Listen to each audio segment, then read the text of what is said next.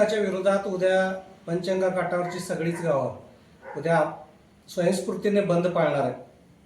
त्याचबरोबर गेल्या 20-22 वर्षाचा जे हा पंचगंगा प्रदूषणाचा विषय आहे तो सध्या ऐरणीवर आलेला आहे.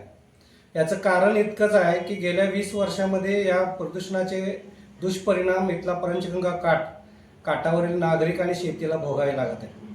आता ह्या प्रदूषणाचे चटके इथल्या जनतेनं भोगून झालेले आहेत आणि तरीही प्रदूषण करणाऱ्या घटकांना याबाबत शेतकऱ्यांची किंवा इथल्या नागरिकांची अजिबात सहानुभूती नाही.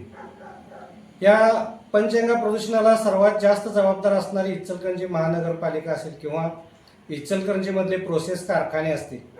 या कारखान्याने आपलं जे रसायनयुक्त जे विषारी पाणी आहे ते नदीमध्ये सोडलेलं आहे आणि या नदीमध्ये पाणी सोडल्यामुळं इथल्या सगळ्या जीवजंतू बरोबरच इथं राहणारा पंचगंगा काठावरचा नागरिक सुद्धा सगळा याचा परिणाम भोगतोय. आपल्या देशात सगळ्यात जास्त कॅन्सरचे पेशंट हे शिरोळ तालुक्यात आहेत. प्रत्येक गावामध्ये साथीच्या आजारांचा फैलाव मोठ्या प्रमाणात असतोय आणि पिण्यासाठी फार मोठ्या प्रमाणामध्ये नागरिकांना या पाण्याची कमतरता भासत आहे. आणि या सगळ्याला कारणीभूत असणारी ही इंडस्ट्री आहे. या इंडस्ट्रीनं खरं तर या प्रदूषित पाण्यावर प्रक्रिया करून ते पाणी त्याने आपल्या शेतीसाठी जर वापरलं असतं तर हा प्रसंगच इथल्या लोकांच्यावर आलेला नसता.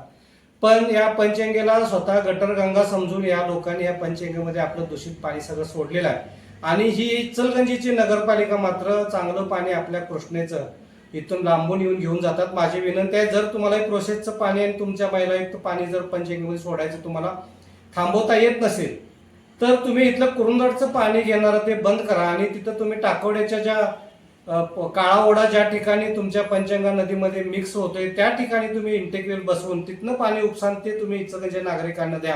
म्हणजे ह्या प्रदूषणाचे चटके काय असतात ते इचलकरंजीतल्या नागरिकांना कळतील आणि मग इथं नागरिक कुठल्या दुष्परिणामांना सामोरे चालला याची जाणीव या लोकांना होईल. माझी या 11 गावातल्या सगळ्या जनतेला एक आव्हान आहे, उद्या तुम्ही बंद पाळलेला आहे, उत्स्फूर्तपणे बंद होईल, 100% सगळा बंद होईल. पण उद्या नुसता बंद पाळून हे होणार नाही तर तुम्ही सगळ्यांनी उद्या पंचगंगा काठावरील या प्रदूषणाला जबाबदार असणारा जो काळा ओढा आहे त्या काळा ओढा बंद करावा अशी आमची अपेक्षा आहे. आणि प्रशासनाबरोबर 2 बैठका झाल्या तरी अजून त्यामध्ये या प्रशासनानं भूमिका घेतलेली नाही. उद्या एकतर काळा ओढ्यात येणारं पाणी बंद करावं, अन्यथा काळा ओढा घाण करणारे जे प्रदूषित घटक आहेत ते बंद करावेत. याच मागणीसाठी उद्याचं आपलं आंदोलन आहे. माझी नागरिकांना विनंती आहे, नुसतं गाव बंद करून तुम्ही थांबू नका तर सगळ्यांनी उद्या काळा ओढा टाकवडे वेश इथं दुपारी 12 पर्यंत पोहोचायचा प्रयत्न करा. उद्या ह्या आंदोलनाचा शेवट असेल आणि उद्यापासून आपल्या पंचगंगेचं प्रदूषण मुक्त होण्यासाठी सुरुवात असेल. पोलिस ऑफ इंडिया न्यूज चॅनलला लाईक करा, शेअर करा आणि सबस्क्राईब करा.